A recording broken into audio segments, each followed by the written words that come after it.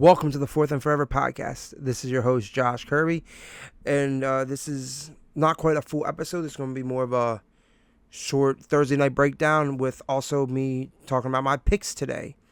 So let's get right into it. First and foremost, Thursday night football. We have an amazing matchup coming up. We have the Green Bay Packers taking on the Washington Commanders.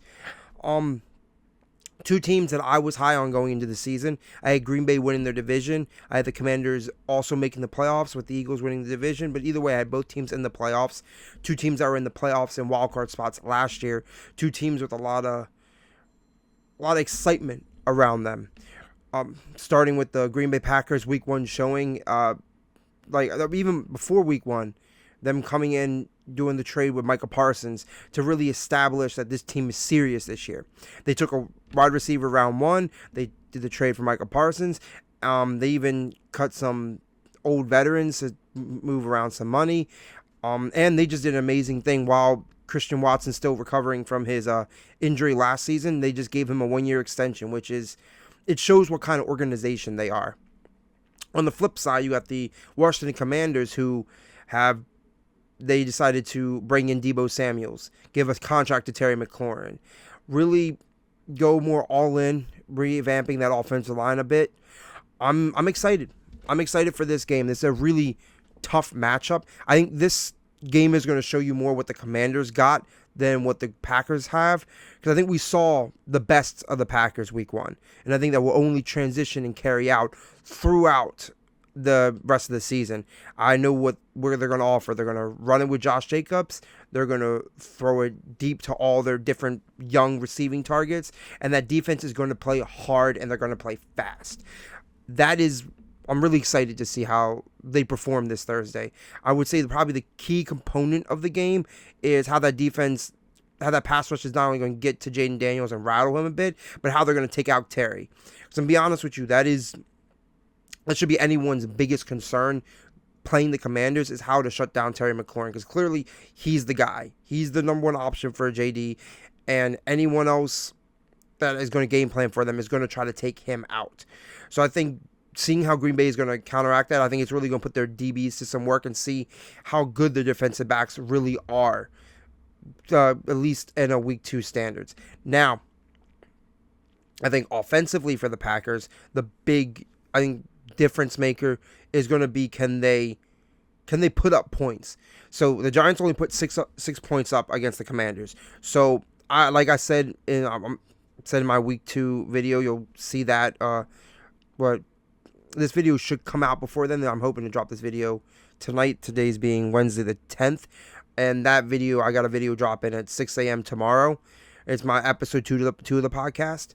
That I'm going to talk a little bit more about overall the Commanders, I don't know how good they are based on them playing the Giants. The Giants handcuffed themselves, starting a quarterback that clearly is not where he should be, at least where we all thought he might be, at least where I thought he might be. So now they're going to play a legit competition, and this is going to be interesting to see how it plays out for them. And I think the Packers, they're going to really have to find out, is this Commanders defense really improved, or are they just the same defense from last year and it was just a bad Giants team Week 1? I think that's the big story for the Green Bay Packers.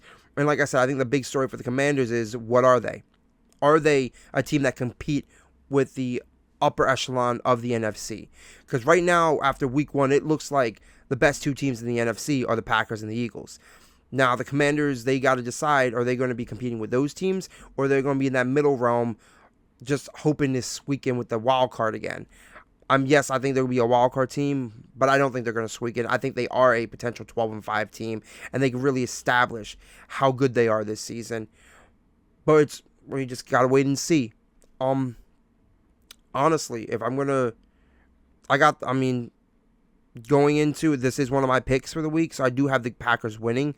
The Packers are favored by 3.5, so I'm probably going to give the edge to Green Bay. It's in Green Bay.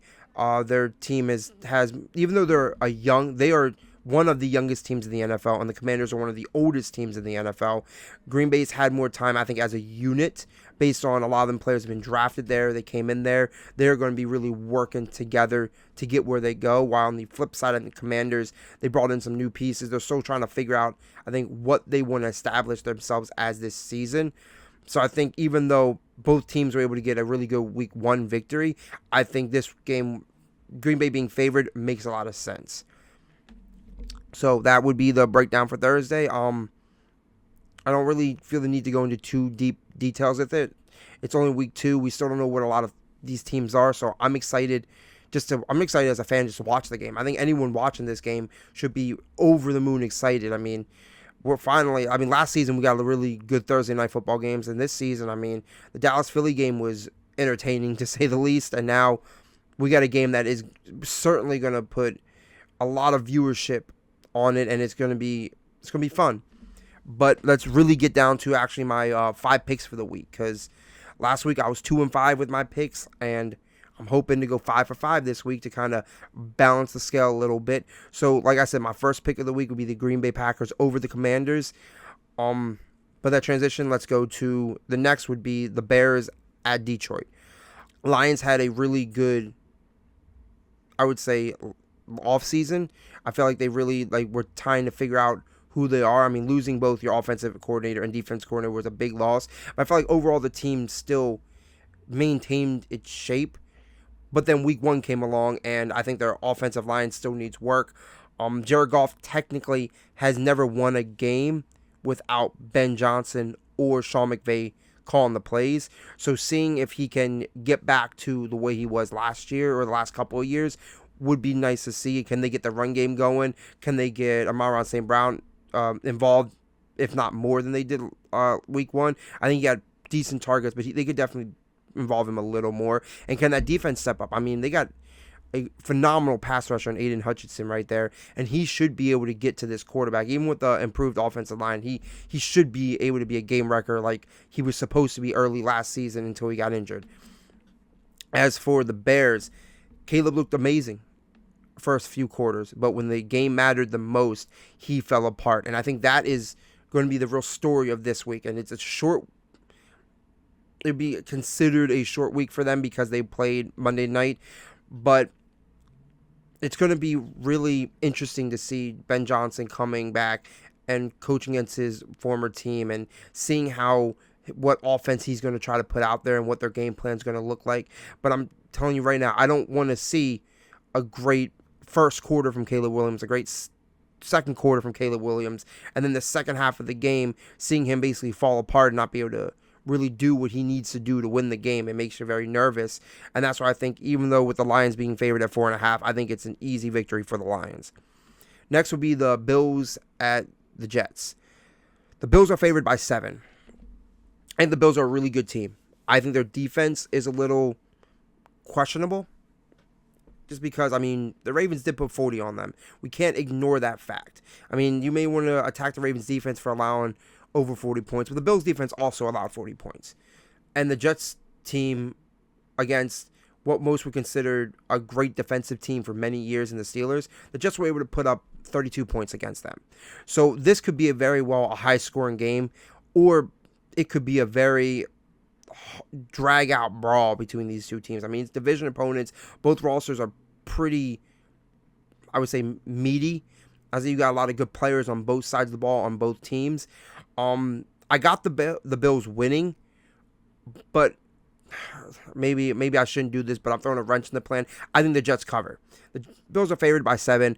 I think easily this could look a lot like the Steelers-Jets game week 1, or even so, it could really look like a 17-14 kind of game where it's going to be not super high scoring, but it's still going to be close because you do have a great Jets defense and you do have a really stout overall team with the Buffalo Bills. So that's going to be I think that's going to be a really good matchup for week 2. Next, I got the Patriots at Miami. So Miami's actually favored 1.5. I think maybe because it's in Miami, they're giving them the home advantage. We saw Miami week 1. I even after getting embarrassed like that, I don't have any faith for this team. I think they are just, like I said, like you'll see in episode 2 of the podcast, I think this Miami team should just start a fire sale and be ready for rebuilding next year, because I think this team is not going to get any better. I think the culture is broken. I don't even know if they have a culture there. But for the Patriots, I was iffy on. I was really high on them going into the season, but I'm a little iffy on Drake May after week 1. I think he didn't look as comfortable as I would like to see him. I still think their lack of weapons was very obvious, but the defense played okay. So I think week 2 is going to be a lot better showing. If Miami's really as bad as they were week 1, New England should probably have a really nice showing. I got New England winning this game. Like I said, it's a 1.5 spread. I think that it really is a toss-up, I guess, in the odds, but I'm giving it to New England. And lastly, Falcons at the Vikings. This is going to be an exciting matchup. So you have Michael Penix taking on J.J. McCarthy, who took on each other in the national championship game, and we all saw J.J. McCarthy and his Michigan Wolverines pull out the win. Now in the NFL, Penix is in his second year, J.J.'s in his second year. J.J. didn't play at all his first year because of injuries, and Michael Penix didn't play most of his first year based on him sitting behind Kirk Cousins. So this is a very interesting game. You're still trying to figure out what these teams are and what these quarterbacks are. I think there's a lot of talent all over the board. I mean, for the Falcons, you got Bijan Robinson, you got Drake London, you got Kyle Pitts. Then on the other side of the Vikings, you got Aaron Jones and Jordan Mason, who's really, them two are really showing the value they can bring to this offense, even though I think Jordan Mason should be the starting back there, because I think his overall running abilities are beyond Aaron Jones at the moment. But Aaron Jones out the backfield as a pass catcher was phenomenal. And then you got Justin Jefferson. So overall, there's a lot of talent in this game, and I think it's going to be a really cool game for all fans to watch. And I think the difference for this game, and why I'm probably going to pick the Vikings favorite at 4.5 to win the game, is because of coaching. I think we've seen it. Kevin O'Connell is a phenomenal coach. He gave confidence and helped elevate Kirk Cousins. He reestablished confidence in Sam Darnold and pulled off a 14-win season with Sam Darnold.